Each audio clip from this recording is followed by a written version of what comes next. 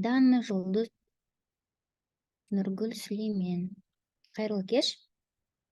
Менің есімім Меруерт. Бастай берсек болады ма? Тағы да біраз күтейік па? Бастай берейік, иә? Біз сіздермен алдыңғы екі вебинарда, яғни сіздер мақсатты аудитория және де Customer Development деген тақырыптарды өтіп шықтық. Аха, жақсы. Енді қазір бізде хади циклдар деген тақырып. Ол негізі қиын тақырып емес, өте оңай тақырып. Мен сіздерге оңай түсіндіруге тырысамын. Хади циклдарын бастамас бұрын мен сіздерге сұрақтарым, яғни сұрағым бар. Ол дегеніміз, гипотеза дегеніміз не? Кеше мен қысқаша бір айтып кетіп едім, гипотеза деген не екенін.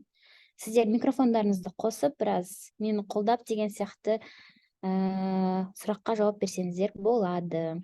Қазір қосайын. Аха. Гипотеза дегеніміз не? Сондай сұраққа жауап берсеңіздер. Сәлеметсіз.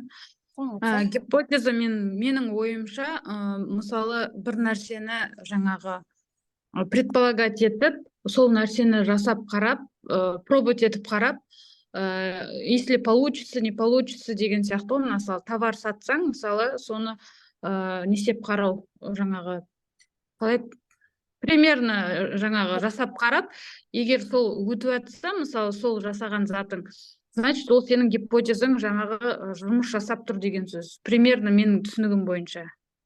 Жақсы, рахмет сізге. Тағы да айтатын ойлар бар ма? Қосатын? Егер бар болса айтыңыздар, егер жоқ болса ары қарай жүрек. Негізі сіздің айтқаныңыз дұрыс. Яғни гипотеза дегеніміз бұл растауды қажет ететін болжам немесе мәлімдеме дейді, иә?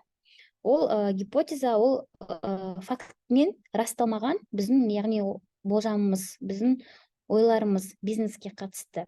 Ол дегеніміз, гипотеза дегеніміз бизнеске, нарыққа қойылған сұрақ, тексерілмеген сұрақ, иә? Енді хади циклдары дегеніміз, ол гипотезамен, яғни өте байланысты. Ол дегеніміз, ол хади циклы дегеніміз негізі ол әдістеме, методология дейміз ғой. Ол хади циклмен көбінесе стартаптар, үлкен IT компаниялар, солар хади циклмен жұмыс жасайды. Олар хади цикл арқылы өздеріне көптеген гипотезаларды тексереді. Ағылшыннан, яғни перевод жасаған кезде хади дегеніміз ол міне hypothesis, action, data, insights дейді. Оны біз егер аударатын болсақ, яғни гипотеза, action дегеніміз, яғни действие, әрекет, data дегеніміз ол бізде, яғни информация, иә? Деректер, ақпараттар. Insights дегеніміз, яғни инсайты, ол бізде инсайт немесе түсініктер деген сөз ғой. Яғни осы төртеуін қосқан кезде бізде хади деген сөз шығады. Сол хади дегеніміз, яғни біз жұмыс істеген кезде бизнес барысында осы хади циклмен әдісін қолдансақ, біз көптеген гипотезаларды тексеріп, сол гипотезаны тексерген кезде қорытындысында не алатынымызды түсінеміз. Енді не үшін біз оны қолданамыз? Гипотезаларды біз жылдам тексерген кезде, сол деректердің барысында, яғни деректерді жинаған кезде біз дұрыс шешім қабылдай аламыз. Яғни біз құнды түсініктер аламыз, инсайттар дейміз ғой, мысалы үшін. Ол, яғни стартап дегеніміз неге? Ол көбінесе бәрі стартап туралы айтады. Себебі стартаптардың жылдамдығы өте мықты. Яғни дәстүрлі немесе жай бизнестар жылына 1-2 рет өссе, 1 рет енді, яғни өспесе, егер тұрақты болса, стартаптар жылына 10 есе, 20 есе, 50 есе өсуі мүмкін. Сол себепті олар, яғни хади циклдарын, сол методологияны, яғни әдістемені қолданады екен. Енді ол хади циклдер бізге яғни өнімімізді немесе қызмет көрсетуімізді, яғни услуги дейміз ғой, соны жақсартуға және нарықта болып жатқан өзгерістерге тез бейімделуге мүмкіндік береді. Яғни сол ковид, мысалы үшін, жаңа ғана Ресеймен болып жатқан, мысалы үшін, соғыс деген сияқты, соған қалай біз бейімделуіміз керек, қалай біз бизнесімізді өзгертуіміз керек деген сұрақтарға біз жақсы яғни жауаптар аламыз. Енді ары қарай жүретін болсақ, бұл дегеніміз енді хади циклдерінің негізі суреті дұрысырақ түсіну үшін, мында енді орысша тұр, бірақ мен сіздерге дұрыстап түсіндіріп беремін. Хади әдістемесі бойынша біз өзіміздің уақытымыз бен ақшамызды үнемдейміз. Яғни, если я сделаю детей, мысал үшін мында біріншісі тұр. Яғни, біріншіден біз гипотезаны тексереміз. Гипотеза дегеніміз, если я сделаю, то деп тұр. Яғни, егер мен осылай істесем, онда мен, яғни сіз бір қорытындыға келу керексіз. Сонда сіз ең басында гипотеза қойған кезде, егер мен таргет мысал үшін таргет ашсам, немесе таргетқа реклама жіберсем, егер мен Инстаграм парақша ашсам, егер мен офлайн магазин ашсам, егер мен Каспи магазинге товарларымды қойсам деген, сонда яғни сіз бір гипотезаларды қоясыз, онда сіз әлі қорытындыға келген жоқсыз. Онда не екенін біз ары қарай, яғни бірінші біз гипотезаны қоямыз, онда деген бізде әлі қалады біріншіден. Екінші, мысал үшін екінші шартта біз соны шынымен яғни әрекет істейміз. Біз соны, яғни Каспи магазине товарды қоямыз, таргет шығарамыз деген сияқты. Біз яғни действие көрсетеміз. Оны яғни іс-қимылмен істейміз. Үшіншіден, біз соны істеген кезде біз бақылаймыз. Біз яғни бір уақыт береміз. Таргет, мысал үшін, сіз бір күн таргет тұрды, сіз қарайсыз, бір күн ішінде не өзгерді, қандай ақпарат келді, қандай деректер келді, қандай клиенттер келді, қанша подписчик келді, Каспиға, мысал үшін, товарды қойдыңыз, бір күн өтті, бір күн ішінде не болды деген сияқты. Сондай сіз яғни деректерді жинайсыз. Содан кейін сол үшінші ол деректер жинау. Төртінші, сіз сол деректердің барлығын жинағаннан кейін сіз өзіңізге бір түсінік пайда болады сізде. Сонда, мысал үшін, яғни, мында, мысал үшін, деп тұр. Если собранные данные окажутся X, гипотеза верна, если не X, гипотеза не верна дейді. Көрдіңіз ба, сіз басында білген жоқсыз, ал аяғында сіз қорытынды жасаған кезде, басында сіз ойладыңыз. Егер мен қазір Каспи товарға, мысал үшін, Каспи магазинге товарды қойсам, онда менде бір айдың ішінде сатылымдардың саны, яғни екі есе көп болады. Немесе 3 есе көп болады. Бір ай өтеді, сіз яғни қарайсыз, сол гипотезаға келген кезде, сіз қазір енді факт аласыз, иә? Сол бір ай өткен кезде сіздің сатылымдар саны өзгермеді.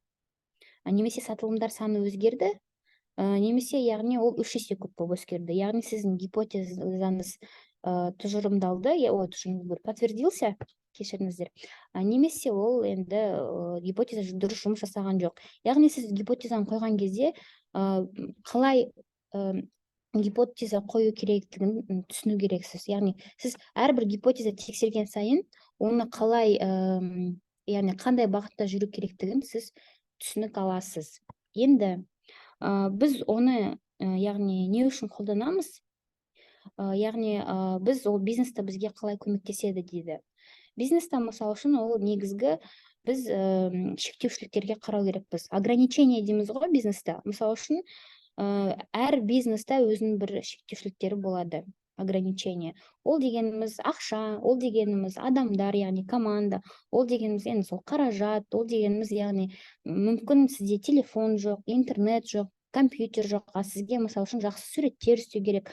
Мүмкін сіз, яғни сізде нетворк дейміз ғой, жақсы көп адамдарды сіз білмейсіз, бірақ сіз, мысал үшін, сіздің товарыңызды немесе қызметіңізді сату үшін, яғни жақсы танымал адамдарға шығу керек деген сияқты. Мысалы, сіз дұрыс, мысал үшін, ведение переговоров дейміз ғой, яғни жақсы осындай, яғни ондай сізде талант жоқ деген сияқты. Неше түрлі көптеген шектеулер бар.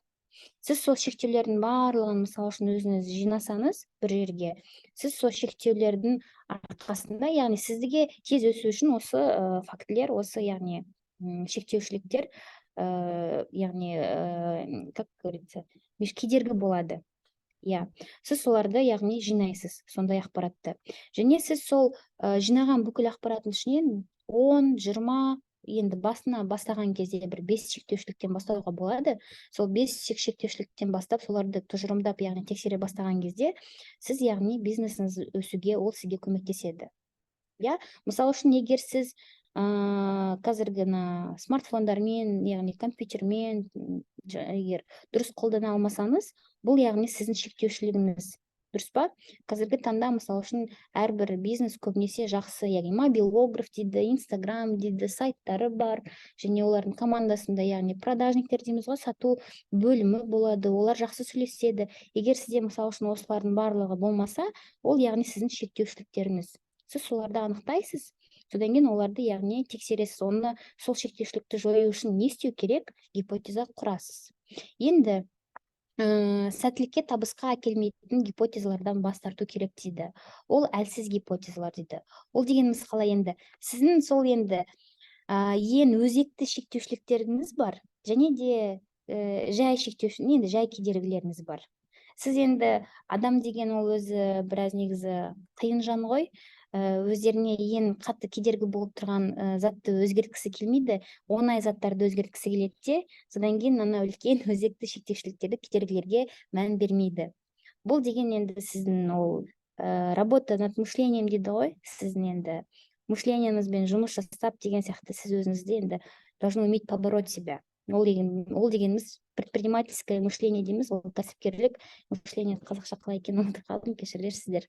Сондай, яғни сонымен жұмыс жасау керек. Соны біз айтқан кезде осында мында сәттілікке, табысқа келмейтін гипотезалар дегеніміз, яғни сіз сол ең қатты кедергі болып тұрған яғни шектеушіліктермен жұмыс жасауыңыз керек, әлсіз гипотезалармен емес. Бұл үшіншісі. Енді төртіншісін туралы айтатын болсақ, күшті гипотезаларды жылдам сынап көру керек. Енді үшіншісі мен төртіншісі ол дегеніміз енді бір нәрсе деп айтсақ болады. Сол күшті гипотезалар деген ол үлкен шектеушілік, иә? Қиын шектеушіліктер, қиын үлкен кедергілер. Мысалы үшін сіздің кедергіңіз, сізге қазір сіз уақытыңыз жетпей жатыр, мысалы үшін. Бірақ сізде өте көп заказдар келіп жатыр. 10 заказ, 15 заказ, 20 заказ. Сол 20 заказдың ішінде, мысалы үшін сізге енді өзіңіздің әл-қуатыңыз, енді күшіңіз, ресурсыңыз жетпей жатыр. Өзіңіз жалғыз енді оның бәрін үлгермей жатырсыз. Бұл енді сізге, ол үшін сізге бір адам жалдау керек, мысалы үшін. Ол адамға яғни жалақы төлеу керек деген сияқты. Ол деген енді сіз оны төлегіңіз келмейді. Бірақ егер сіз сол адамды жалдасаңыз, мысалы үшін сіз күніне 10 емес 20-30 заказ мысалы үшін істей аласыз. Енді жаба аласыз деген сияқты нәрсе ғой. Сол себепті енді ол дегеніміз күшті, мықты гипотезаларды сынау керек деген сөз. Енді солардың бір түрі ғой. Енді мында енді ақырғысы сіз жеңдіңіз немесе әлде қашан жабылдыңыз дейді. Көбінесе осы вебинарларда егер қарайтын болсаңыздар, смерть стартапа, смерть бизнеса деп көп айтады, бизнестің өлімі. Яғни бұл гипотезаларды тексеру барысында сіз сіз нарықты тексересіз. Сіз нарықта осында өзекті мәселе бар ма екенін, жоқ па екенін тексересіз де, егер ол мәселе, ондай проблема нарықта болса, сіздің шешіміңіз сол проблеманы шешсе, сіз яғни жеңесіз, сіз тез өсесіз, сіздің табысыңыз жоғарылайды. Егер сіз яғни гипотезаларды тексеру барысында ондай мәселе негізінде жоқ екенін, немесе ол мәселе басқа бір шешіммен жақсы шешілсе, сіздің шешіміңіз соншама керемет жақсы шешім болмаса, яғни сіз енді бизнесіңізді тезірек жапқаныңыз дұрыс, яғни тезірек өлгеніңіз, яғни бизнестің өлгені дұрыс. Себебі ол деген сіздің уақытыңызды қайтадан айтпақшы, яғни үнемдейді. Яғни сізге басқа бір ниша табу керек деген сөз ба, басқа бір векторда жүру керек деген сөз ба, сонда яғни сізге бір инсайт, түсінік әкеледі. Енді ары қарай жүретін болсақ, мен мында сіздерге енді осы біздің аудиторияға сай гипотезалардың бұнда мысалы кестесі, мен содан кейін осы презентацияны жіберемін. Астында мында ссылка бар, сол ссылкамен өтсеңіздер, осы кестені өздеріңізге жүктеп алсаңыздар болады. Бұл дегеніміз, яғни дәстүрлі бизнестің, яғни мысалдары ғой. Мысалы үшін, сіз Хади циклында міне гипотеза, әрекет, деректер, түсініктер дейді. Бірінші мысал үшін гипотеза, ол дейді, жергілікті газетте жарнамаларды орналастырсам, онда бірінші біз білмейміз, яғни газетке жарнаманы орналастыру. Әрекет, ол яғни орналастырады. Екіншісі, ол дегеніміз сандар. Қоңыраулар саны көбейеді, келушілер саны көбейеді. Яғни мұнда бізде сандарда бір өзгеріс болады. Ол бізде ақпарат, деректер. Енді түсініктер дейді, жергілікті газеттегі жарнама тұтынушыларды көбірек тартады дейді. Енді мұнда қарап тұрсақ, мына түсініктеме, мына қорытынды былай жалпы қорытынды болып тұр да. Егер сіз өзіңіздің енді бизнесіңізді жүргізсеңіз, сіз енді детальный гипотеза дейміз ғой. Сіз ол гипотезаға мысалы үшін бүйтіп жасаңыз болады. Жергілікті газетте, яғни сол өзіңіздің қалаңыздағы газеттің аты, енді газет деген ол енді андай пример ғой, мысал ғой жай ғана. Сіз енді газеттен басқа да гипотеза қарайсыз ғой. Осындай газетке осындай жарнама қойсам, яғни 2 аптаның ішінде қандай өзгеріс болады? Әрекетті істейсіз, 2 апта қадағалайсыз, бақылайсыз, 2 аптаның ішінде мысалы келген клиенттерден сіз сұрайсыз, сіз қайдан келдіңіз, сіз қайдан көрдіңіз, сіз біз туралы қайдан білдіңіз деген сияқты сұрақтар арқылы сіз егер газеттен жарнамадан десе, сіз яғни оларды әдейі бөлек бір жерге жазып қоясыз да, санын қарайсыз, сол кезде сіздің түсінігіңіз бойынша, яғни мен бұл жарнамаға мысалы үшін бір 10 мың теңге ақша жұмсадым, бірақ маған ол 10 мың теңгеден мысалы үшін неше бір 10 клиент келді. Ол 10 клиентте мен 100 мың теңге табыс көрдім. Яғни сол 100 мыңнан 10 мыңын алып тастаймын, яғни 90 мың теңге ол, яғни ол жарнама өз бағасын ақтамай тұр. Маған клиент келмеді. Яғни сіз бір гипотезаны тексердіңіз, яғни сізде одан шыққан түсінігіңіз бар. Тағы да мысалдар, мысалы үшін тұрақты клиенттер үшін адалдық бағдарламасын енгізсем онда дейді. Енді қараңыз. Тұрақты клиенттер, постоянный клиенты, адалдық бағдарламасы дегеніміз программа лояльности. Егер көбінесе көретін болсаңыздар, мысалы үшін болады ғой, кейбір магазиндерде, мысалы үшін, бір киім, 2 киім алсам, үшіншісі бесплатно дейді, немесе егер мобильный приложение андай бағдарламалар болса, мобильный приложениеда мысалы промокодтар жазып қояды. Егер білмеймін, сіздердің қалаларыңызда бар ма, жоқ па? Бізде мысалы үшін Вольт, Глова деген неше түрлі приложениялар бар, доставка еды. Егер промокодты досына жіберсең, программа лояльности сізге, яғни досыңызға 1000 теңге бонуспен береді, сізге 1000 теңге немесе 500 теңге бонуспен береді. Осы дегеніміз ол программа лояльности. Яғни егер сіз мысалы үшін бір абонемент болады ғой, спортивный сатып алған кезде, айтады ғой, егер досыңды алып келсең, саған 20% скидка абонементке, 3 досыңды алып келсең, осынша скидка деген сияқты. Бұл дегеніміз адалдық бағдарлама, енді программа лояльности дейді. Ол енді екінші бір гипотезаның түрі, мысалы. Яғни адалдық бағдарламасы тұтынушылардың қайталап сатып алудан ынталандырады дейді. Енді қолжетімділікті арттыру үшін жұмыс уақытын ұзартсам онда дейді. Жұмыс уақытын ұлғайту, келушілер саны, сатылымдар. Енді қараңыз, мұнда дегеніміз, егер сізде бір дүкен болса, сол магазин, ол дегеніміз сізде, яғни бір сағат 10-нан кешкі 6-ға дейін жұмыс істейді, мысал үшін. Ал енді сіздің дүкеніңіз, мысалы үшін, сіз оның уақытын өзгертесіз. 10-нан кешкі 8-ге дейін жұмыс істейді, қарайсыз. Яғни сіздің сатылымдар, тұтынушылар саны көбейді ме, көбейген жоқ па? Немесе сіз ол дүкеніңізді таңғы сағат 7-ден, мысалы үшін, түнгі 10-ға дейін қоясыз, 12-ге дейін қоясыз жұмыс уақытын. Содан кейін, мысалы үшін, егер бір адам таңертең 10-нан кешкі 6-ға дейін істесе, сіз аласызда, бұл жұмыс уақытын 2-ге бөлесіз. Таңертең сағат 7-ден, мысалы үшін, обед уақытына дейін бір адам, обедтен түнге дейін бір адам деген сияқты, мысалы үшін, 2 адам, сіз енді қарайсыз. Осы 2 адам, яғни сіз 2 адамға жалақы төлейсіз. Бірақ осы уақыттың арқасында ұлғайтылған клиенттер саны көбейді ме, табысыңыз жоғарылады ма деген сияқты. Сондай, яғни гипотезаны тексересіз. Енді нарықты кеңейту үшін интернет дүкенді іске асырсам онда дейді. Енді қараңыз, мұнда дегеніміз енді сіз қазір, мысалы үшін, егер дүкенде, офлайн дүкенде сатсаңыз, сізде енді сіздің қалаңызда ғана клиенттер келеді. Ал егер сіз енді Instagram магазинде сатсаңыз, сізді басқа қалаларда көреді деген сияқты. Instagram, Каспиде сатсаңыз, мысалы үшін, қазақстандықтар сізді көреді. Ал егер сіз, мысалы үшін, Wildberriesде сатсаңыз, сізді одан да басқа, яғни региондар көруі мүмкін. Егер сіз, мысалы үшін, Amazonға кіріп, немесе Alibaba-ға кіріп, компанияны регистрировать етіп, нетсен товарды қойсаңыз, онда сізді бүкіл әлем көреді деген сияқты нәрсе ғой. Яғни сондай гипотезаның арқасында сіз, яғни келесі қорытындыларды аласыздар. Енді бұл дегеніміз жай мысал. Осы мысалды содан кейін сілтеме арқылы өздеріңізге жүргізіп, яғни кестені өзіңізге жүктеп алсаңыздар болады, ананың барлығын удалить етіп, өздеріңіздің гипотезаларыңызды жазып деген сияқты қолдансаңыздар болады. Енді бізде көбінесе бизнес білімде дәстүрлі бизнестер, яғни традиционный бизнесі. Сіздердің сандарыңыз, яғни 100, яғни қазір бізде мында сонда 7 адам отыр, 7 проект дейміз, 7 бизнес. Сіздерде көбінесе енді технология, IT деген енді біраз азырақ шығар, көбінесе ол дәстүрлі бизнестер, иә. Дәстүрлі бизнестердің, мысалы үшін, гипотезалары, ходи цикл, мысалы үшін, олар басқалай қолданады. Ал үлкен IT компаниялар, стартаптар, мысалы үшін, гипотеза, ходи циклдарды олар мүлдем басқаша қолданады. Себебі оларда, мысалы үшін, департамент разработки дейміз ғой, мысалы үшін, өзі даже сол, мысалы үшін, IT департаментында, мысалы үшін, 10-20 тағы да ішінде под департамент болады.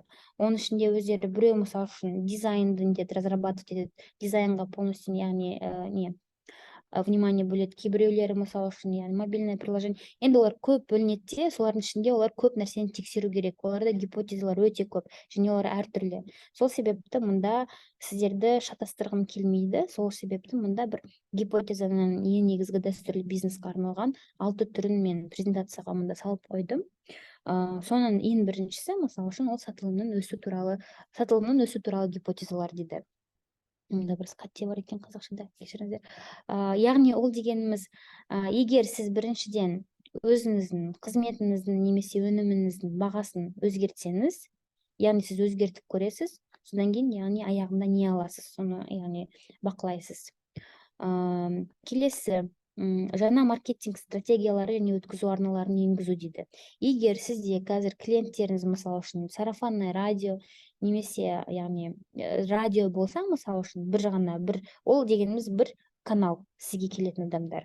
Егер сіз, мысалы үшін, онлайн магазин ашсаңыз, тағы да, яғни, бір емес қаланың ішінде, мысалы үшін, 4 нүкте ашсаңыз, 4 точка. Мысалы үшін, сіз одан басқа тағы да Wildberries-ға, мысалы үшін, регистрация істесеңіз, Каспиға регистрациясы, яғни сіз өзіңіздің бір каналыңызды 4-5 каналға, яғни, кеңейтіп, яғни сіз маркетинг бойынша стратегияларыңызды өзгертесіз. Бұл, яғни, қандай? Енді жалпы көбінесе көбі қолданатын гипотезалардың түрі. Тауарлар, қызметтердің ассортиментін кеңейту дейді. Мысалы үшін, сіз қазір енді білмеймін, қандай сіздерде бизнес бар қазір. Егер өзіңіздің, яғни, прайс листіңізде андай бір линейка немесе 2-3 линейка болса, яғни, сонымен қоса, сол товарға жақын тағы да қандай товарды көбінесе адамдар іздейді. Соны қосып қойсаңыз, яғни, сол екеуін қосқан кезде, яғни, бағасы басқандай болса деген сияқты, сізде, яғни, ол тағы да сатылымның санына, яғни, сатылымның санына повлияет. Сіз қалдың ғой сізді. Келесі, яғни, тұтынушыларға қызмет көрсету сапасын арттыру дейді. Енді бұл дегеніміз өте маңызды гипотеза емес, яғни, оны қағида ретінде алсақ та болады деп ойлаймын. Себебі көбінесе бизнестің түрі бар, өте көп. Мысалы үшін, Алматы, Астана дегенде мұнда бізде конкуренттер, яғни, егер бір товар сатып алатын болсан, ондай товарды сататын жерлер өте көп. Мұнда көбінесе адамдар, яғни, сапаға қарайды, яғни, қандай адамдар онда жұмыс істейді. Сіз өзіңіз тамақ ішуге, кафеға, ресторанға барған кезде көбінесе сізге, яғни, сізді күліп, қарсы алып, сізге жақсы бір қызмет көрсету сапасын көрсетсе, сізге сәлемет, бірақ та ол жерде біраз қымбатырақ болса, сіз сол жерге, яғни, қайтып келгіңіз келіп тұрады. Себебі сізде, яғни, впечатление дейміз ғой, сізде әсеріңіз жақсы болып қалды. Яғни, сіз сол әсерді қайтадан енді сезінгіңіз келеді. Көбінесе адамдар соған қатты қарайды.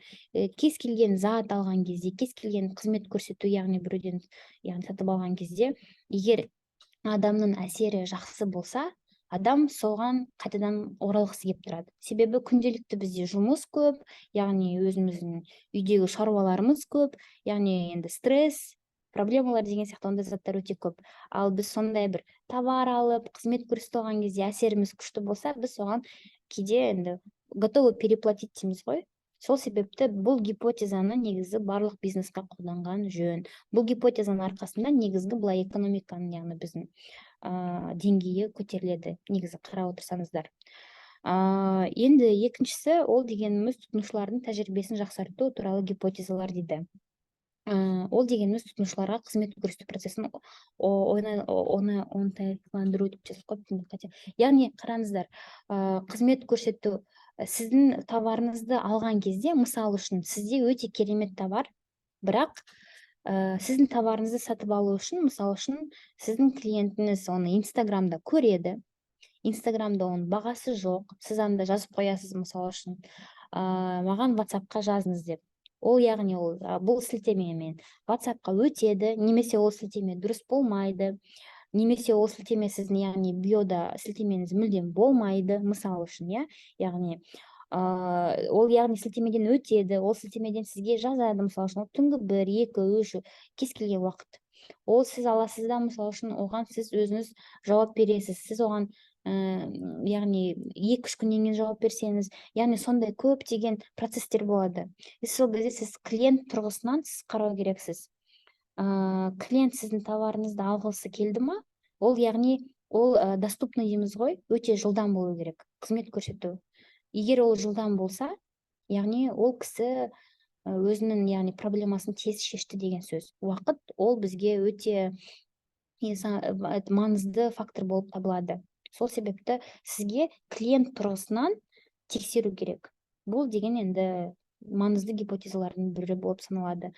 Сондықтан қазірден бастап сіздердің егер бизнестарыңыз болса, сіздер басқа бір бөтен адамдардан сіздің бизнесіңізді білмейтін, мүлдем бөтен сұрап көріңіздер. Міне осындай, мысалы үшін, парақша бар, онда осындай товарлар сатады, сатып алып көріңізші деген сияқты. Соң қарап бақылап көріңіздер, мысалы үшін. Ол адам оны қалай таба ала ма, бірден таба ма, таппай ма, ол Инстаграмға кірді, жазды, дұрыс жазды ма, жазған жоқ па, немесе QR-код, ол QR-кодтың сканировать ете алды ма, алған жоқ па, ол қарады, оған бәрі түсінікті болды ма, немесе ол Инстаграм парақшасы жабық болды ма. Яғни сіз соның барлығын бақылап отырып, өзіңіз түсінесіз, қалай сізге оны оңайша істеу керек екенін. Содан кейін тағы да ол дегеніміз тәжірибесін жақсарту дейді. Мысалы үшін, егер сізден бір товар немесе қызмет көрсету сатып алған кезде, андай болады ғой, аяғында сатып алғаныңызға үлкен рахмет деп бір подароктер, бонустар беріп, мысалы үшін, немесе андай программа лояльности, да, мысалы үшін, кейбіреулері өздері андай бір бонусный система істеп қояды. Сізде, мысалы үшін, сіз 15 мыңға товар алдыңыз, сізде қазір енді 5% кэшбэк дейді, мысалы үшін. Ол яғни 15 мыңның 750 теңгесі сіздің осы номеріңізде тіркеліп тұр. Келесі жолы келген кезде сіз сол 750 теңгеңізді қайтадан ұстай аласыз. Яғни осындай марапаттау, яғни сіз оның, яғни рахмет айту, бұл деген адам үшін өте приятный әсер, яғни өте жағымды әсерлерде, соны усиливает. Енді тағы да интерфейс туралы айтып кеттік. Шығындарды төмендету гипотезалары дейді. Шығындарды төмендету дегеніміз енді қазір тағы да одан басқа сіз бизнесте, мысалы үшін, сізде товарлар барлығы жақсы, яғни заказдардың саны барлығы жақсы, бірақ сізде, мысалы үшін, енді командаңызда 30 адам жұмыс істейді, мысалы үшін, ол 30 адамның ішінде, мысалы үшін, сізде өте көп, мысалы үшін, оборот, күніне 100 заказ келеді, содан кейін ол 100 заказ сіз істейсіз, яғни операционкада, яғни айтты ғой, тонем в операционке дейді ғой, яғни сіз сол операционкадан барысында көп нәрсені көрмейсіз. Жұмыс болып жатыр, бірақ кім қалай жұмыс істеп жатыр, сіздің уақытыңыз жетпейді. Сонда сізге, яғни дұрыстап отырып қарау керек, қандай адам қанша сатылы, мысалы үшін 100 заказ болса, ол 100 заказының, мысалы үшін 30 адам болса, қаншасы сол 100 заказын, яғни бухгалтерлар, ладно, олар мүлде басқа адамдар, мысалы үшін, олар енді сол отчетность деген сияқты, оны төлеу, актілер деген ол бөлек жұмыс. Кім қандай жұмыс атқарып жатыр, және кімге қанша ақша төленеді. Сізге сондай, яғни корпоративный команда образованияның ішінде, яғни мотивациялық дейді ғой, соның бағдарламасын дұрыстап қарастыру керек. Соның барысында сіз яғни шығындарыңызды яғни кейде төмендету керексіз. Кейбір компанияларда мысалы үшін өте көп ақша кетеді тамаққа. Олар өйткені мысалы үшін оларда бесплатный обед болады, бірақ та ол обед мысалы үшін олар көп заказ береді, көп ақша мысалы үшін соған жұмсайды, бірақ ол обедтерді ешкім жемейді, олар қалады. Сондай сияқты көптеген факторлар, көптеген яғни кейстер бар. Соның барлығын яғни шығындарды төмендету гипотезалар. Кейбір кезде өндірісте мысалы үшін сіз көптеген нәрсені істейсіз. Енді товар сатып алған кезде товармен қоса сіз тағы да мысалы үшін бонус ретінде мысалы үшін сіз бір подарок сатып аласыз. Сіз ойлайсыз, ол подарок, яғни бонуспен сіздің клиентіңізге кеткен кезде ол жақсы деп сіз ойлайсыз. Бірақ шынымен қарағанда мысалы үшін ол бір открытка болса, мысалы үшін бір кейс болған сондай. Бір дәстүрлі бизнеста, яғни олар андай настольный игры дейміз ғой, сондай настольный игры сатады. Ол настольный игрдің бағасы мысалы үшін бір 18.500 теңге болды. Яғни ол клиент ол настольный играны алған кезде бонус ретінде олар онда открытка салып отырды. Ол открытканың бағасы 400 теңге болды. Яғни ол открытканы сатып алу үшін Алматы қаласында барахолкаға бару керек болды да, сол 400 теңгеден еще оптовый бағасы болды да, 100 открытка сатып алу керек болды. Сол 100 открыткамен қоса, ол яғни енді сөйтіп қарап отырғанда, сол открытканы алу үшін қаншама уақыт керек, қаншама ақша керек. Ол открытканы салады. Ол клиент ол мысалы үшін настольный играны қарайды, ол открытканы оқиды, бір күледі, лақтырып салады. Яғни ол открытка оған керек емес. Сонда қарап отырған кезде бұл енді шығын болып есептелді. Ол открытканың орнына мысалы үшін 400 теңгенің ішіне бір конфетка, шоколадка салса, ол деген енді ойда қалатын приятный бонус дейміз ғой, сондай сияқты факторлер ғой. Сондай сияқты бір кейстер өте көп. Енді келесі ол бізде нарықтың кеңею туралы гипотезасы дейді. Ол дегеніміз және айтып кеттік. Егер сіз бір қалада сатсаңыз, яғни онлайн платформаларды қолдану немесе басқа қаланың бойында нүктелер ашу, яғни сіздің бизнесіңізді кеңейту. Келесі бренд пен имиджді жақсарту туралы гипотезалар дейді. Енді мұнда шынымен қарап тұрғансаңыздар, егер көз алдыңызда бір дүкен болса, бір дүкен мұнда мысалы үшін ескі болып, яғни сыртынан қараған кезде бір жағымсыз болса, ал екінші дүкен андай аккуратный, әдемі, бір яғни стильді түрде болса, визуалды өзіңізге бір тартымды болса, сіз енді екеуінің ішінен сол жақсысына бірінші кіресіз, дұрыс па? Жақсысына бірінші кіресіз, содан қарайсыз, содан кейін екіншісіне кіресіз. Сонда яғни адамға деген негізі клиенттерге көбінесе сол визуалды упаковкаға адамдар өте қатты қарайды. Яғни сіздің атыңыз, сіздің сол яғни качество фотография. Біз мысалы үшін Инстаграмда қарап отырамыз, бір товар мысалы үшін 5 жерде бар, 5 Инстаграм парақшада бар. Біреуінде ол дегеніміз жай қолдан түсірілген, онда енді біраз дұрыс көрінбейді, качествосы онша емес. Сондай мысалы үшін, ал біреуінде мысалы үшін өте жақсы түсірілген, качествосы күшті. Яғни сіздің ол магазинге деген сеніміңіз үлкен болады. Сол. Енді тағы да корпоративтік әлеуметтік жауапкершілікті енгізу дейді. Бренд имиджға тағы да қосқан кезде мұнда сіз және де өзіңіздің бизнесіңізді жүргізген кезде, яғни товар мен қызмет көрсету, яғни содан басқа, егер сіз корпоративтік культураны, яғни корпоративный культура дейміз ғой, өзіңіздің командаңыздың ішіндегі культураны өзіңіздің клиенттеріңізге көрсетсеңіз, сізге деген сенім тағы да артиды. Ол дегеніміз қалай? Мысалы үшін, біз осындай товар сатамыз, біздің осындай товарымыз өте сапалы. Біз өйткені оны сатып алу үшін, сіздерге сату үшін біз оны өзіміз қатты жақсы тексереміз. Біз оны сатпас бұрын қараймыз, өзіміз қолданамыз. Және де онымен қоса біздің командамыздағы адамдар, яғни үлкен, яғни сүйіспеншілікпен жұмыс істейді деген сияқты. Біз командамыздың ішінде осындай бізде, яғни традиция дейміз ғой, біз бірге обед ішеміз. Біз команда емес, біз және онымен қоса доспыз. Бізде корпоративно біз осындай, яғни 1000 сатылым жасаған үшін осындай бір, сіз яғни осындай корпоративный культураны өзіңіздің клиентіңізге, аудиторияңызға көрсетсеңіз, адамдар сіздің брендіңізді, сіздің яғни компанияңызды сыйлай бастайды. Ол деген енді психологический фактор. мысал үшін көбінесе бәрі қазір айтады ғой, Google, Facebook, мысал үшін зарубежный компанияларды барлығы солардың корпоративный культуралары туралы айтады. Ал онда мысал үшін көбінесе барлығы адамдар үшін жасалған. Офиста мысал үшін бүкіл яғни комфортный условия дейді ғой, офистарында барлығы бар, тамақтары бәрі бесплатно деген сияқты. Бірақ енді мен жай мысал ретінде келтіріп тұрмын, бірақ енді соған талпынсақ болады. Енді өзіңіздің шамаңыз келгенше, өзіңіз сол корпоративный культураңызды көрсетсеңіз, өзіңіздің сол қай жерде жұмыс істеп жатырсыз, сонда көптеген сіздің клиенттеріңіз сізді сыйлай бастайды.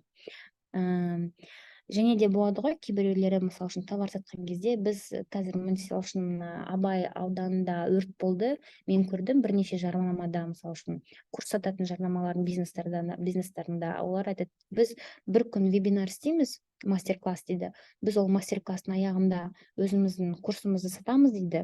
Осы бүкіл сатылған курстардың бағасының ішінен жарты ақшаны біз сол Абай ауданына, облысына, яғни қайырымдылық ретінде жібереміз. Өйткені біз бұл жағдайға, яғни неравнодушный дейді ғой, сондай, яғни мен көп кейстарды көрдім. Сол кезде ол деген сіздің аудиторияңыздан тағы да бір сізге деген, яғни бір әсерлері туындайды да, сізге деген сенімі артиды. Сондай тағы да бір мысалдар бар. Және де ең ақырғысы ол дегеніміз жаңа өнімдерді, қызметтерді дамыту туралы гипотезалар дейді. Енді қараңыз, сіз біз кеше айтып кеттік, ол дегеніміз customer development, яғни исследование рынка, ол яғни тұтынушыларды зерттеу дейміз, иә. Сіз мысал үшін енді бір товарды сатып жатырсыз, егер сіз енді 5 жыл бойы бір товарды сатсаңыз, мысал үшін онда енді сіз басында бірінші жылы табысыңыз 10 есе, 20 есе көбеюі мүмкін, бірақ екінші жылы, үшінші жылы, төртінші жылы сіз сол товарды сата берсеңіз, яғни сізде өзі бір белгілі уақытта табысыңыз тоқталып қалуы мүмкін. Яғни уперся в потолок дейміз ғой. Себебі бізде нарық уақыт өте кете нарықта өзгереді. Қазір мысал үшін әлемде болып жатқан неше түрлі енді оқиғалар біздің нарыққа өте қатты әсер етеді. Сол себепті сіз ол енді кәсіпкер, предприниматель деген ол постоянство деген, яғни тұрақтылық деген ондай понятие жоқ кәсіпкерлікте. Себебі сіз нарықпен бірге дамуыңыз керек. Нарықпен бірге, яғни қолма-қол жүруіңіз керек. Егер осы 1-2 айда бір товар қатты жақсы өтіп сатылып жатса, сіз яғни ары қарай ойлау керексіз. Тағы да мен қалай оны дамытуым керек? Тағы да не қосып сатуым керек? Тағы да мен қандай, яғни осы товарды сатып алу үшін маған қандай адамдар келеді? Оларда қандай проблема бар? Оларда осындай проблема болса, яғни онымен қоса тағы да осындай проблема болуы мүмкін. Ол проблеманы шешу үшін оларға осындай товар керек. Ондай товар менің мысалы үшін немде категориямда, менің линейкамда жоқ. Оны мен ол қанша тұрады екен оптом алсам, мен оны сатсам бола ма екен, немесе мен оны өзім өндіруші ретінде шығарсам қанша болады екен. Яғни сіз күнделікті енді осындай енді всегда осы туралы ойласаңыз, яғни сіздің бизнесіңіз нарықпен қоса дамиды, жақсарады. Яғни осы дегеніміз ол 6-шы гипотеза. Яғни технологияны қолдану, жаңа идеяларды қосу, жаңа идеяларды гипотеза ретінде тексеру. Бұл дегеніміз енді ең көп қолданылатын 6-шы біздің гипотезаның тұжырымы болып табылады. Енді бізде хади циклы туралы негізі теория ретінде айтқан кезде осы, енді мен сіздерге барлығын енді қысқартып, ең негізгісін алып, енді түсіндіруге тырыстым. Егер сіздердің сұрақтарыңыз болса, қазір қойсаңыздар болады. Бізде бүгін адам аз екен, иә? 8 адам. Сұрақтарыңыз бар болса, сұрақтарыңызды қойсаңыздар болады. Енді сіздердің осы хади циклдан басқа тағы да кеше, мысалы үшін бізде вебинар болды. Кешегі тақырып бойынша тағы да бір сұрақтарыңыз болса, немесе чат GPT дейміз ғой, сол туралы сұрақтарыңыз болса, қойыңыздар, сіздерге жауап беруге тырысамын. Сәлеметсіз, Меруерт. Сәлеметсіз бе? Мен просто сұрақ болғанда менде бір ұсыныс та бұл. Мысалы, сіз жаңа бүгін күнде әртүрлі тақырыпта бізге үйретіп жатырсыз ғой. Оны теоретически жалпы ол бізге бірден бәрін қабылдау қиын да. Мысалы менің ойым, любой бір бизнесті алып, плюс соған ана бүйтіп практика жасасақ та, мен мысалы дәл сол практиканы жасасақ, сонда мен өзіме де соны жасай аламын да. Ана түсіндіріп отырып, осы практиканы солай түсіндірсеңіз, маған түсінуге ыңғайлы. Ана файлда сізді айтқан кезде жаттанды қылып айтып тастағасын, анан түсінбей қаламыз да, біздер дейтін қиын болып тұр қабылдап алу бәрін бірден.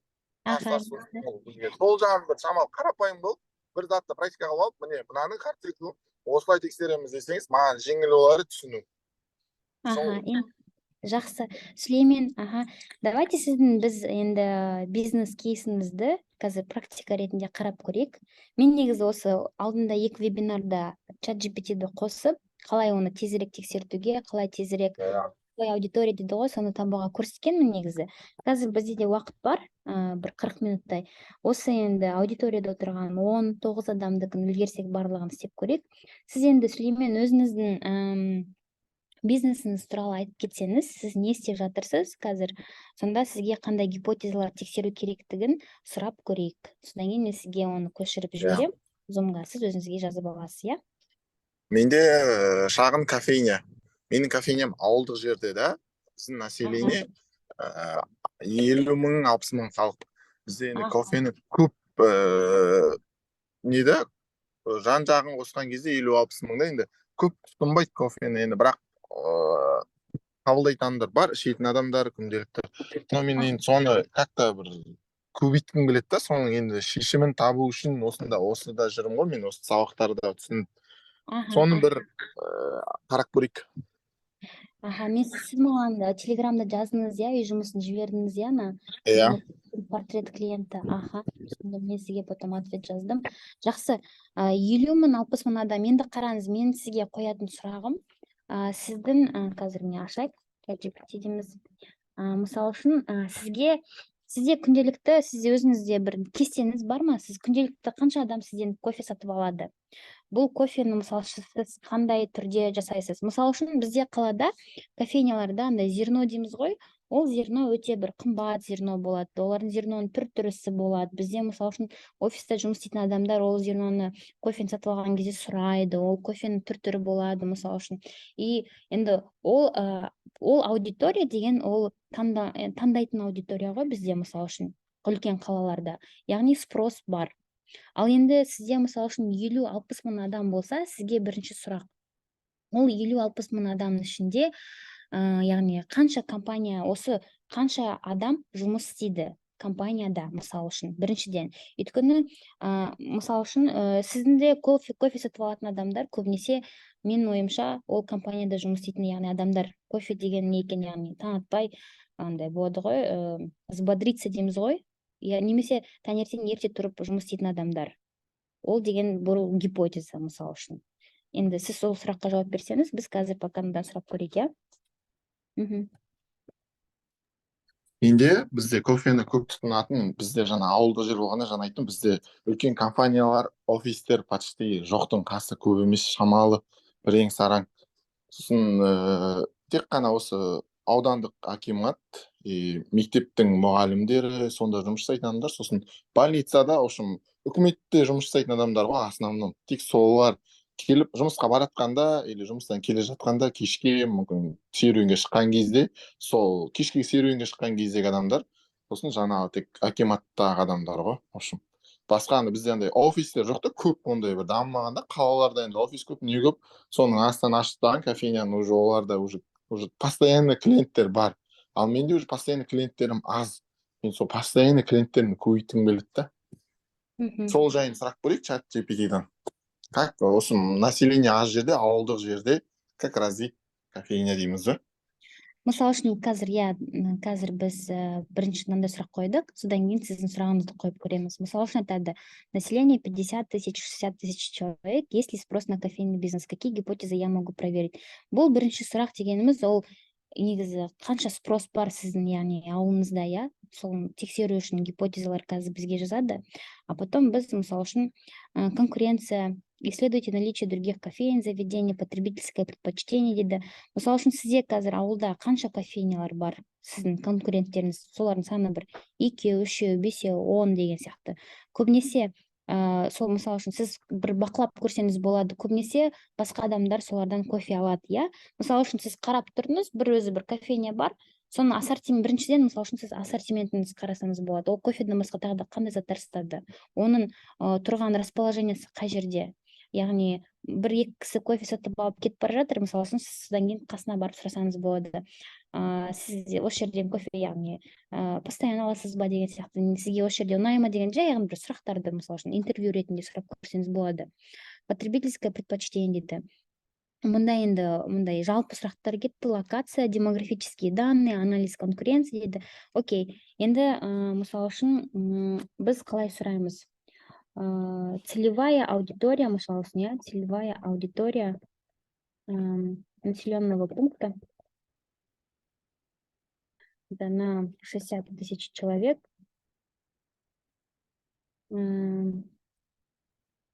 Населенного пункта 60 человек с кофейнями. Сізде кофе ғана сатасыз ба, или тағы да басқа нелер сатасыз ба? Тамақ деген сияқты.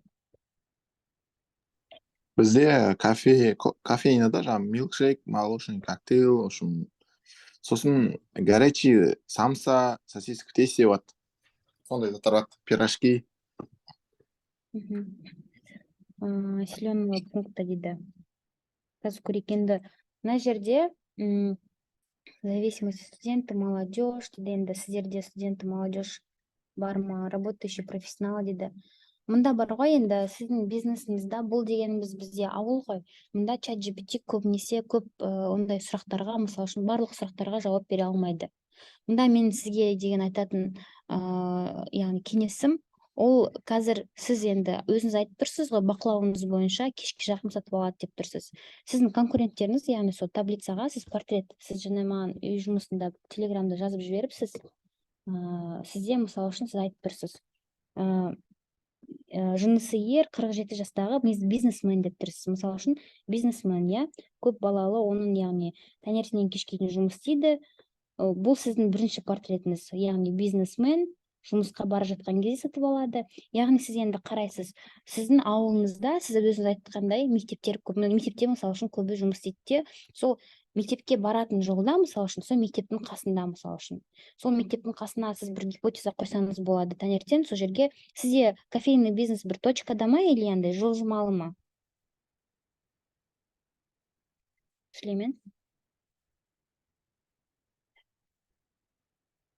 Бір точка дейсіз, иә? Енді бір точка болса, сіз енді сол негізі енді сондай неше түрлі локацияңызды қарау керексіз. Сіз мысалы үшін сол егер ол енді бір арендаға алынған точка болса, бірақта жылжымалы жерде сіздің кофе машинаңыз мысалы үшін, сіз сондай көптеген яғни гипотезаларды құрып көруіңіз керек те, егер сізде мысалы үшін күнделікті сіздің сатып алатын яғни заттарыңыз бар ғой, кофеға арналған, милкшейк, яғни сол сүт деген бар, ол мысалы үшін қолданбасаңыз, яғни кетіп қалады деген сияқты. Соған кесте ретінде сол сандарды жинай аласыз ба? Сіз яғни сол сандарды жинап, Сүлеймен, сізде трекер кім? Сол заттарды бүкіл сол деректердің барлығын, мысалы үшін, сіз бір кестеге жинасаңыз, мысалы үшін, бірінші, екінші, үшінші күн, бір апта, 2 апта менің бизнес жұмыс жасағалы, мысалы үшін, осынша ай өтті, осынша айда мен, мысалы үшін, осындай қаражат жұмсадым, бірақ табысы бойынша менде осындай табыс болды, мысалы үшін, табыс болмады, мен әлі 0-ға шыққан жоқпын, мен немесе плюсқа шықтым. И сол таблицада, мысалы үшін, бізде осындай бір мерекеде көптеген не болды, ол таблицадан басқа сіз яғни өзіңізден сатып алған, мысалы үшін, сізде постоянный клиенттер бар ғой, егер постоянный клиенттен сіз сұрасаңыз болады.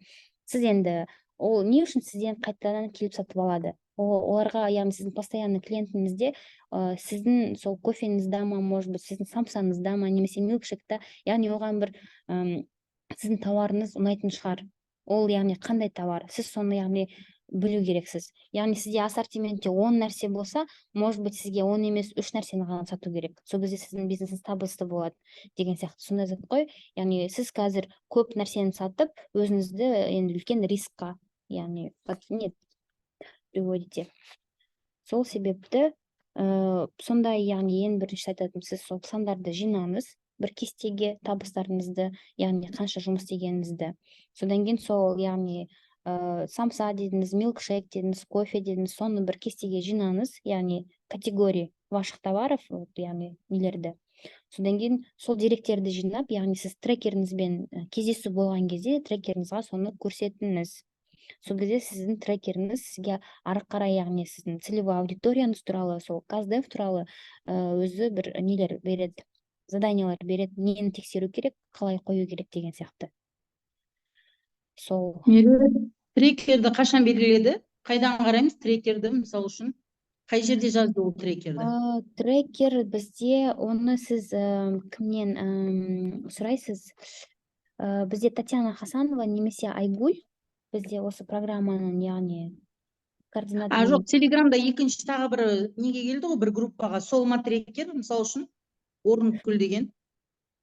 Мен сіздің трекеріңізді Жұлдыз білмейді екенмін, мен өзі білем, мен группамдағы бизнестарды, яғни осы кім екенін білем, а басқалардікін білмейді екенмін. Трекерді қашан белгіледі деп отырғаным ғой? Осы бір-екі күн болды трекерді айтқанына белгілеген. Ол мен кездесу қашан, ол өзі белгілейді ма, қашан кездесетінін? Иә. Сіздердің, яғни әрбір бизнеста, сіздердің әрбір жобада өзіңіздің бір тіркелген трекеріңіз болады. Сіз сол трекермен осы 2 ай бойы жұмыс істейсіз, аптасына 1 рет кездесесіз. Сізде ол трекермен 6 кездесу бар. Сіз, яғни осы 6 кездесуді, ол яғни индивидуальная встреча болады онлайн. Сіз осы 6 кездесуді максимально енді эффективно қолдану керексіз ғой. Сіз айтасыз, менде осындай бизнес, менде осындай 50 мың, 60 мың адам, менде, мысалы үшін, менің данныйларым, менің осы сандарым, менің табысым, менің тратить еткен ақшам, менде осындай проблема, мен аны қалай шешу керек екенін білмеймін, маған осындай бір цель қойдым, маған көмектесіңіз деп сондай бір информациямен деректеріңізді жинап трекермен кездесесіз. Содан кейін нақты немен де. Негізі енді көп өйтіп дайын емес болып келеді, бірақ сіз дайын емес болып келсеңіз, сіз яғни өзіңіздің бір кездесуіңізді, яғни жанып кетеді деген сөз ғой, келесінде 5 ғана қалады. Сол себепті сіздің сол 6 кездесуіңіз, яғни жақсы болып, енді максимально эффективный болу үшін нақты келген дұрыс та. Мысал үшін, мен қазір өз тобымдағы бизнес проекттерге айтып қойдым. Бізде, мысал үшін, осы суббота, осы воскресенье, таңертеңнен, мысал үшін, әркіммен бір кездесуден болады. Мен оларға айттым, мен сендерге заранее дайындап қоямын таблицаларды, соны толтырып келесіңдер деп. Содан кейін біз осы встречада соның бәрін разбор істейміз деп. Енді мен ол таблицаны дайындаған кезде, содан кейін Татьяна Хасанова мен Айгүлге тоже жібере аламын. Бірақ енді өздеріңіз білесіздер, оны қолданасыздар, может сіздердің трекерлердің қандай болуы мүмкін. Сол.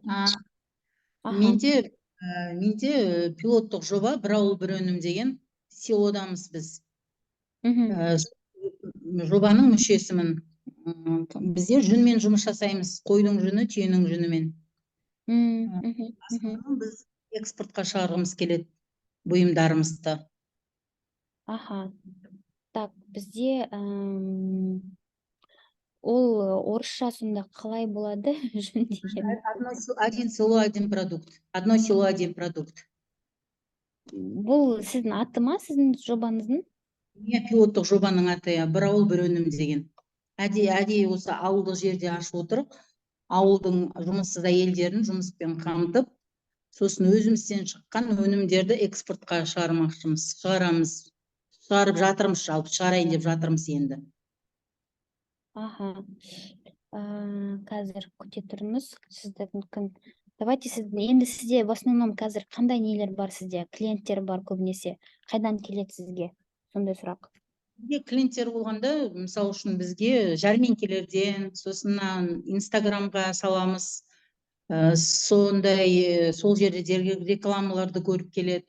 Сосын болашақта жалпы енді магазин или мына нелерден орын алып, гостиницалардан риксыз, кәдеп сый дүкендерін ашқымыз келеді, әуежайда дата фри дүкендерін ашқымыз келеді жалпы. Бірақ нелер, сол заказдар, мысалы үшін әркім көреді, бір-біріне айтады, сосын в основном Инстаграмда солай келіп жатыр бізге клиенттер. Енді қараңыз, бұл дегеніміз, сізде қазір енді шерсть верблюда сұрап көрейік, иә? Шерсть верблюдтікі ғой екеуі. основной. Ага. Мысал үшін, как развивать, как выводить, мысал үшін сұрақ көрейік, как выводить бизнес по продаже верблюжьего, мысал үшін, да? Ага. Верблюжьего и овечьего, мысал үшін, овечьей шерсти. В экспорт, да, или там куда еще? Да, в экспорт. Сөйтіп сұрап көрейік, мысал үшін, иә? Мында қазір ол өзінің ответін говорит, исследование рынка дейді қазір, енді ол дегеніміз, окей, маркетинг, качество, стандарт, енді давайте бүйтіп басқалай сұрап көрейік. Мында мысал үшін біз исследование рынка, бізде ондай сеть поставщиков, качество. Мысал үшін исследование рынка деген сіз енді ол исследование изучать ету керексіз, зерттеу керексіз, ладно. Качество и стандарт, обеспечить это высокое качество верблюжьей и овечьей шерсти дейді. Мысал үшін сіз енді өзіңіздің качество сапаңыз бойынша өзіңіз білесіз ғой, сіздер оны қалай өндіретініңізді. Сіз яғни бір внимание бөліп, особенно методология болады ғой, технология производства овечьего и верблюжьей шерсти, например. Кейбір жерлерде басқа бизнестерді айтқан кезде мы просто производим, дейді, сіз можете немножко детально айтуға. Для того, чтобы произвести, мы используем такую-то технологию деген сияқты. Сеть поставщиков дейді, установите надежные партнерские. Мында енді қараңыз, логистика, транспортировка, маркетинг, продвижение, законодательство и таможенные требования дейді. Мынау енді ең қажетті 6 өзін рекомендовать етіп тұрған, яғни советі ғой. Енді бүйтіп сұрап көрейік, мысал үшін. Целевая аудитория дейді, да? Целевая аудитория по продаже, целевая аудитория бизнеса по производству, как мысал үшін, по производству верблюжьего и овечьей шерсти национального производства, не знаю, отечественного. Қазір eBay'ды оқып жатырмыз, тіркеліп, болашақта сол eBay'ға заттарымызды, өнімдерімізді шығармақшымыз еще плюс. Целевая аудитория. Бүйтіп целевая аудитория. Как продавать в больших объемах, мысал үшін, в больших объемах за рубежом, мысал үшін, за рубежом. Напиши мне, мысал үшін, напиши мне четкие инструкции деп жазып көрейікші, мысал үшін, да? Бірінші целевая аудитория бизнеса по продаже, біз мысал үшін целевая аудитория определите. Ну, енді қазір көрейік. Бізге исследовать целевые рынки, которые хотите экспортировать. Енді қараңыз, изучите спрос. Спрос на верблюжью овечью шерсть, предпочтение потребителя. В каких, можно будет спросить, в каких странах есть спрос на верблюжий. Можно будет так спросить, потому что без пока что енді экспортқа шығармас бұрын біз еще білу керекпіз ғой, қандай елге шығару керек екен. Качество продукта, опять про качество, логистика, транспорт, ну, енді то же самое, договоры, контракты. Енді в каких желательно Жапония мен Скандинавия елдеріне шығарғымыз келеді. В каких странах, мысал үшін, есть спрос на верблюжью овечью шерсть, мысал үшін сөйтіп сұрап көрейік. Имеет спрос различных стран в связи с использованием. Мысал үшін мында біріншісі Китай деп тұр, көрдіңіз бе?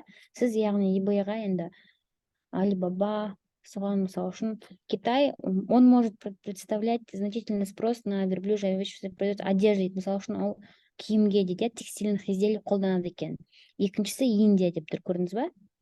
Индия также является крупным производителем, потребителем текстиля дейді. Үшіншісі Италия дейді. Италия известна своей высококачественной текстильной промышленности, яғни оларда аяқ киім өндіреді ғой. Олар итальянская обувь считается такой самый, ну, енді дорогой, брендовый и качественный, яғни сіздердің нелеріңізді могут Великобритания, Австралия, средневосточные страны. Енді қараңыз, сіз Жапония дейсіз, бірақ Жапонияда, мысал үшін, ондай спрос болмауы мүмкін. Көрдіңіз бе? Мысал үшін, мында осы страналарды айтып тұр. Енді қараңыз, бүйтіп сұрап көрейік. Для того, чтобы, мысал үшін, для того, чтобы продавать, мысал үшін, на рынке Китая верблюжьи, так,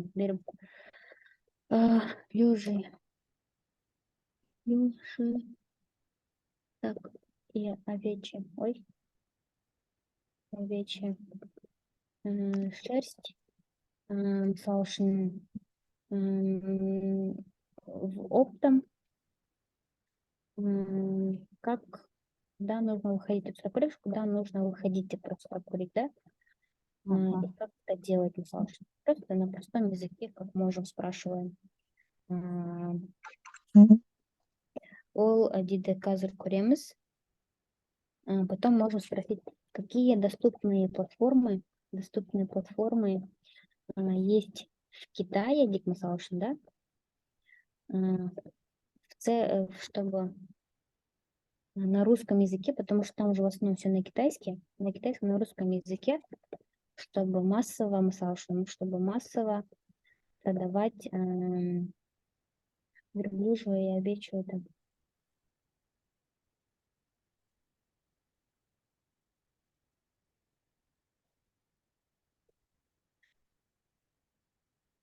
Для того, чтобы продавать верблюжью и овечью шерсть, оптом на рынке Китая рекомендуется посмотреть это следующее. Ночь там без медиа интернет, кажется, не турма.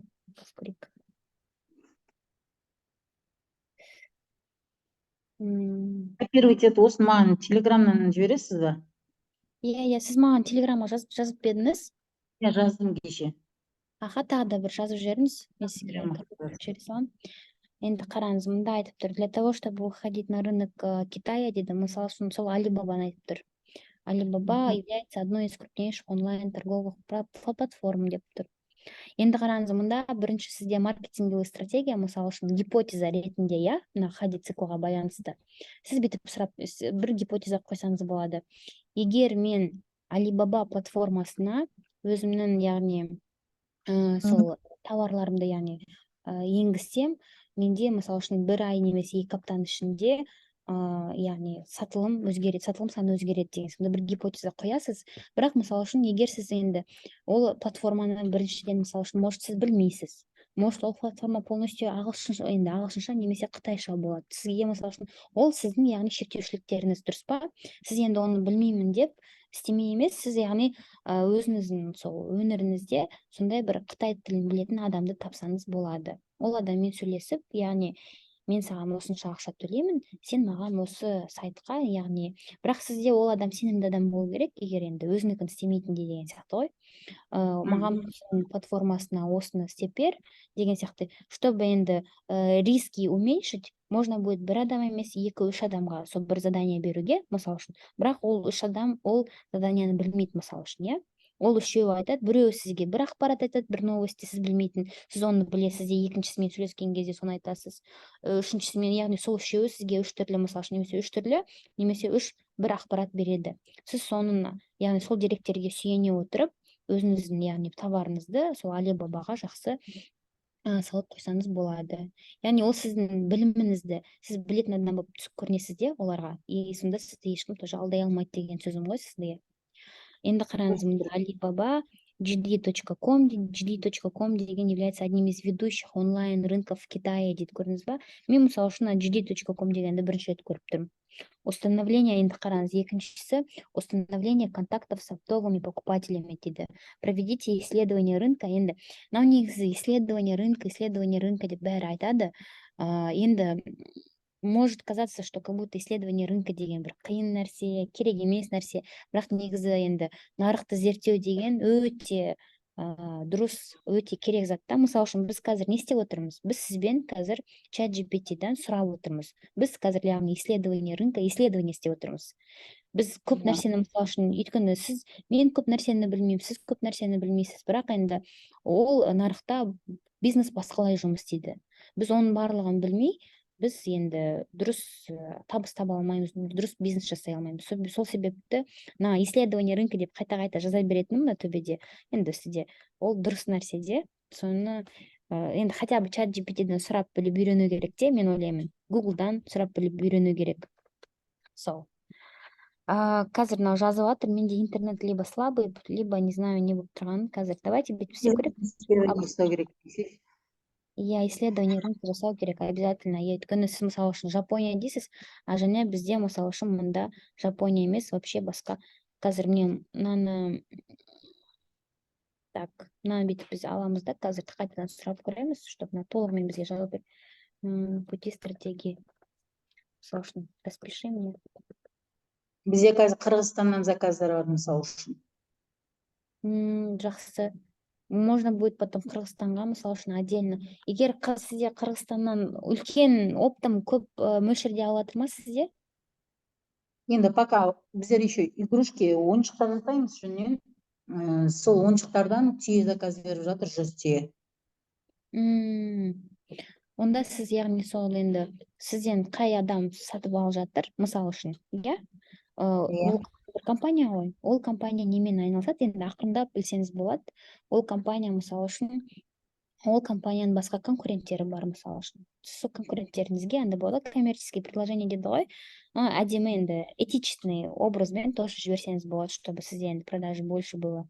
Если өйткені бір нарықтан сізге деген спрос болса, яғни ол басқа бір мемлекеттен сізді тауып алды. Сіз оның енді бір какой-то, либо сол, допустим, компанияның басқа мемлекеттерде бір филиалы, басқа қалаларда филиалы бар шығар деген сияқты. Яғни сіз солардың конкуренттеріне енді қарау керексіз ғой. Немесе енді сонда бір стратегия құруымыз керек. Мында построение профессиональных отношений дейді. Хорошо. Жақсы, осылай сұрап көресіз. Жақсы, тағы да басқа. Тағы да, я мүмкіндік берейік. Тағы да кімнің сұрақтары бар, сұрап біліп көрейік. Жақсы. Предоставьте высокий уровень дейді. Дальше көрейік. Сізге копировать етіп жібере саламын. Енді онда егер сұрақтар болмаса, тағы да микрофондарыңызды қосып сұрасаңыздар болады.